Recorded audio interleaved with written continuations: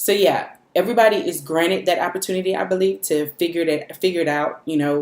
By going to God, asking Him, what is it that you created me to do, God? And in this season where you have me at home, where I feel stuck, but I'm not stuck. I just know that right now I'm not. My life isn't moving the way that everybody else's life is moving. I'm a stay-at-home mom, and I'm physically, just put here. And right now, why? It's not just because of the obvious, the whole daycare fees and all that stuff, but it's something bigger than that. There is a purpose in why God allows certain things to happen in your life and allow times where you just feel like you're not moving. And, we have to sit down and really search those things out, because if not, then we're just going to just be sitting. And then another season will come and you'll feel stuck because you didn't learn what you're supposed to learn in the season that you were in all along. And so it's been almost 6 years for me. And I don't know really, like I said, the full potential. When it comes down to me, I don't really know my full purpose, but I do know that I am supposed to definitely be doing this, talking and empowering women like myself, to make us understand that we're bigger than what our little roles are. And I'm not trying to discredit those roles, because although I just said little roles, but those roles are big. They're major. As in the fact of, you being a mom, that is big. It's real big. It's huge. You being a wife, sorry. That's huge. That's important. It's significant, a significant role. And when it comes down to you also operating as a daughter, you're somebody's daughter if your parents are still alive. You're somebody's sister. You're somebody's friend. Those are very significant roles, and you can't downplay them because they're important. People depend on you. But you can't get to the place where you feel like that's all you are. Because just think about it. One day the kids are going to be grown and they're going to leave your house. Because I'm looking for that. I'm like, God, if you permit, time to last any longer and my girls become adults, because my son doesn't have that long, but my girls become adults, God, and you grant us the opportunity to be able to live to see that, I'll be so excited that my job as a parent in the house, like with the kids in the house, that job is over. Not saying that you will quit being a parent, but you get what I'm saying. Like, it's harder when they're in the house, it's certain things that you just kind of limit yourself to, when I think we need to think about it in a different light. Like, why are we limiting ourselves? Because when they become adults, they're not going to limit themselves to what they want to do. They're not going to do that. So why are we doing that? Why do we feel like we can't raise them and still be the author, and still be the singer, and still be the musician and the preacher and all those other things in the life that, you probably aspire to be. And it's like, let me put it on hold because I got to nurture my kids. You can do both. It's just the strength and the wisdom of God. My thing is, He didn't put us here just to raise kids or just to be somebody's wife. He didn't do that, or just to be somebody's daughter or friend or sister. No, your life is bigger than those roles that you play. So you have to find purpose in what you're doing right now. So how do you do that? First of all, you have to have a relationship with God, because if you don't have a relationship with the one that gives purpose and who has created you, then you are going to feel like you're lost for the rest of your life. And I don't know how you're going to find it without Him, because He's the one that has given you life. He's the one that has planted seeds down inside of you that is waiting to spring up. So I went to the Bible. And so I'm going to read a few scriptures that I found to back up that, God has purpose for you. Proverbs 16:4 says, "The Lord has made everything for its own purpose, even the wicked for the day of evil." That's powerful, because it lets you know that everything, not just good, but everything has its own purpose. Everything. Proverbs 20:24 says, "Man's steps are ordained by the Lord. How then can man understand his way?" So it goes back to what I said a few minutes ago. How in the world will you find your purpose if you're not talking to the purpose giving God? The God who gave you purpose, the God who created you with a plan in mind, the God who thought enough of you to allow you to even be born, to allow you to be where you are right now. Why in the world do you think you can understand your way? Your way meaning how your life is supposed to go, if your steps are ordained by God. Because they are. I'm sorry if you don't think that, but they are. Okay? And so the popular one that we all hear is Jeremiah 29:11. For I know the plans that I have for you, declares the Lord. The Lord says that. Plans for welfare and not calamity, to give you a future and a hope. A future and a hope. Purpose, destiny, things that we don't oftentimes sit down and think about. And while you're home, you should be cultivating. I'm talking to myself too. Cultivating those gifts that you do know about. Like for me, I like to sing. It's just I don't do it that much anymore because I was dealing with insecurities about myself. Not jealous of anybody, not envious of anybody, but just thinking about what my voice sounds like to me. And then I was like, well, so when people would ask, so you can sing? Yeah, a little bit. Because I felt like my voice is not all that to me. But there is a gift. It's just me personally, it wasn't all that to me. And so then I had to realize that this is not my gift that, I gave to myself in order for me to critique it in such a way where I feel like it's not good enough for me to cultivate it and perfect it and still utilize it. That's not for me to say because I didn't give the gift to myself. So who am I to say, is it good enough or not, And so not only that, I used to always dream of being an author. Like as a teenager, I didn't use it for good things and good stories, but I did write and I felt like it was pretty good. That is one gift that I felt like it was pretty good. But along the way, getting older, reading other people's books, and again, insecure and discouraging myself, telling myself that my story is not that important. And maybe my words won't be that deep and that profound. So therefore, let me just keep this, on the back burner and I won't really meddle in that, So those are two gifts that I know that for sure, that were God-given. But, I've somehow just slipped away from those things. And it's still down in there because those things, when you get up in the morning, they get up with you. When you go to bed, they go to bed with you. And there's a little silent voice like asking you, why aren't you doing something with that? Why? Why are you sitting here not doing something with that? It's not even about whether you're on a stage because I'm not the girl that wants the stage now. I'm one of those quiet, shy, stand in the back, type of girls. And that's just how I've always been. But I'm not trying to seek the stage. But sometimes we have to think about it. It's not even about the stage, even though you're not like that because that's me. It's about you being in your house and making a joyful noise unto the Lord and making sure that every day you get up, every chance you get, you give that gift back to God. When it comes down to writing, nobody might not be reading your stuff yet, but that doesn't mean that you shouldn't write. And so those are the things that I have to tell myself.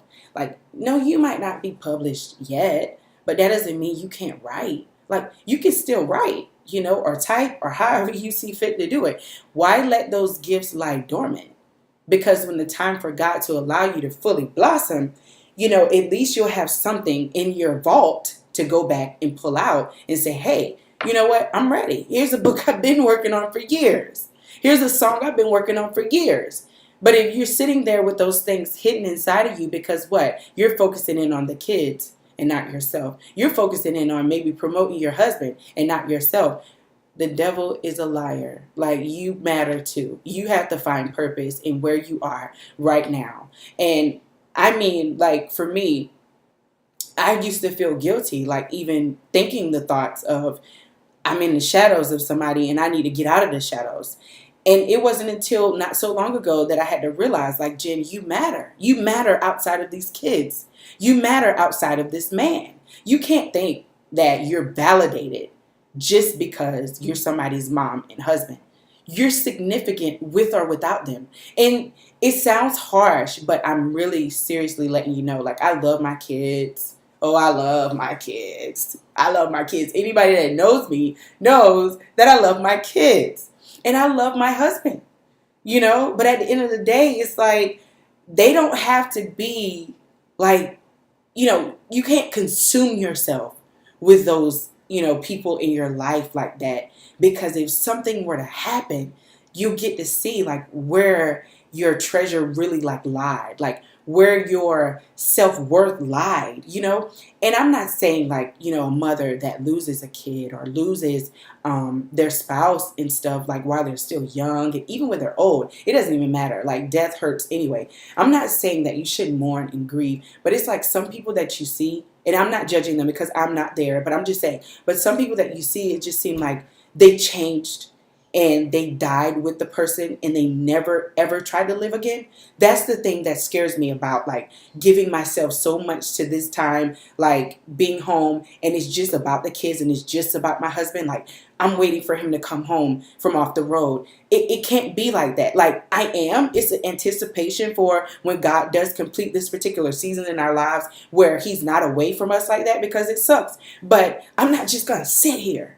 Like that's boring. And that's a cycle that you have to learn how to get out of. Whatever your husband's occupation is, you can't just sit there and just I'm waiting for him to come home, girl. No, that's so boring. Like get you some life about yourself. Get you some purpose. I even remember a conversation that, my husband and I had like not too long ago, maybe a couple of hours ago.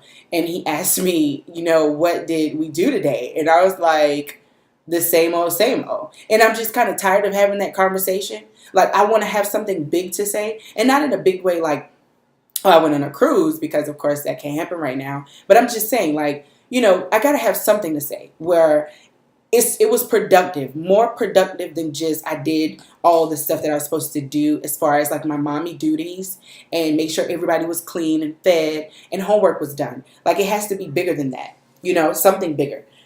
So the key point to finding purpose is making sure that you're spending time with God. And that was one of the downfalls for me as to why, my marriage almost ended in divorce court on my behalf. Like when it comes down to what I did wrong, I was sulking in being alone and being a mom. I resented everything at one point. I resented, deciding to move to Georgia, get married, deciding to stay at home, never ever finishing college. I was resenting the fact that, I had planned to have these two kids by my husband, and, maybe I didn't think it out too much, and it just seemed like it weighed down on us in our marriage. I just resented everything about what was going on in our lives at that particular time, and I just felt like I was just a waste, and my life wasn't moving. I felt like I was stuck, and then I would see like people on Facebook and stuff, that I went to school with, and I'm like, oh my God, like they got careers, they got degrees, some have kids, some don't, some married, some don't, but they look like they're fulfilling, their lives look fulfilling. Their lives look like it seems to be going somewhere. And mine seemed like it was just at a stop. Yeah, I had the kids. Yeah, I had the husband. Yeah, he had nice careers and stuff like that. And we had a place to stay always. But it was just awful. Like, that's how I felt. It was awful. It was like, this is the life that I signed up for. Wow. And so you have to start looking at it in a different perspective. Like, your life ain't going to be like the next person's life. My life is not going to be like people that I went to school with. Our lives are going to cross different paths and take different turns. And I have to be okay with that, because you can't be looking at somebody else's yard instead of trying to cultivate and water your own. Because if you do that, then you miss life, like period. So why not just look at what you're doing and see where you can change that and figure out what it is that God would have you to do. And along the way, when you start doing something, along the way, you'll find that thing that this is why I was born. This is what I was created to do, And so I feel like these videos for me is that thing. So I can't really give you like steps to, oh, this is how I found my purpose. No, I'm doing something now. I'm not just sitting here. I'm not just, living in his shadow, being some truck driver's wife, waiting for him, some musician's wife, some aspiring singer, some aspiring author. No, those are things that God has gifted me to do. And I really want to be an author. The singer thing, I don't have to do that. I can do that in the shower. I can do that in my car. I can sing to my babies. I don't really have to do that now. But the author thing, that's really big for me. I'm really looking forward to the book signings and the people's lives being changed because I told my story. I'm looking forward to that. But when it comes down to the singing thing, yeah, God, I thank you for the gifts. And like I said, I'll do it in the shower. I'll sing praises to you all day long at home. But the author thing, I am aspiring to be that. And I am that, so it's kind of like, let's change that up. Don't say that I'm aspiring to be that. No, you're already that. God has placed that in you to do. He's gifted it in you to be that. He's equipped you already. It's just going to manifest in its own timing. So it might not be the right timing right now. But again, like I said, that doesn't mean that you don't do something. You got to do something. In order to find purpose, you have to start moving. Spending time with God, that means praying. Not just so you can find purpose, but because he deserves you to spend like time with him. He deserves for you to have nights where you just set up where, okay, the kids are down, the husband is gone, everything's done in here as far as like housework. And even if it isn't, guess what? Me and my God are going to spend time together. Just watch how God will change things when you start doing things like that. Nothing in return. It's just, God, I just want to spend time with you because guess what? I've been slacking, and I'm speaking from my heart. I've been slacking. I've been making sure everything's been done. I've been cooking. I've been cleaning. I've been making sure that I've been talking to my husband on the phone. I've been making sure that I'm reading my word. But God, really, I ain't really been spending that quality time with you. And so that's when you have to, shut everything down. Set it up where you can have that quiet time.